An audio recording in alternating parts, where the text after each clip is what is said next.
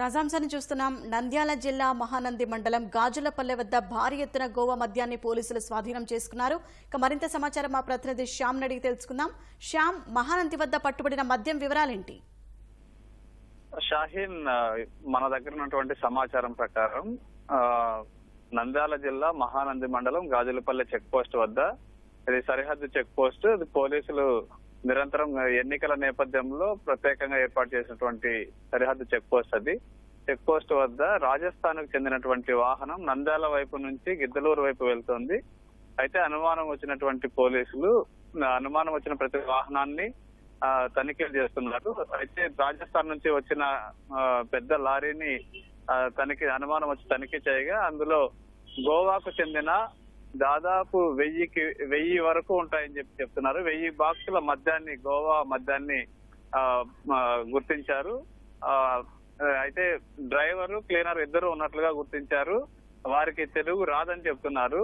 అయితే రాజస్థాన్ వెహికల్ కావడంతో రాజస్థాన్ కు చెందిన వాళ్ళుగా గుర్తిస్తున్నారు.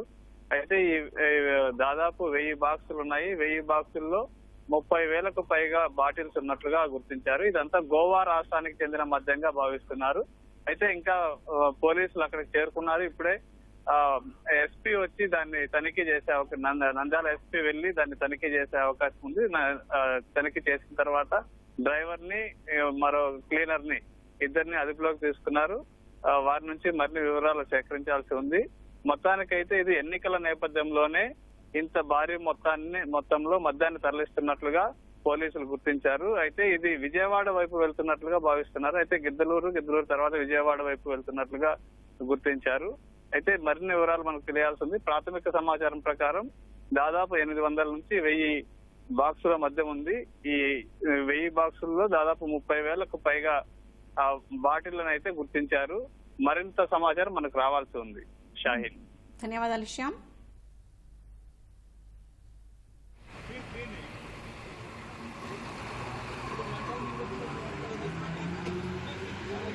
నేను ఫోటో తీసుకున్నాను. Start photo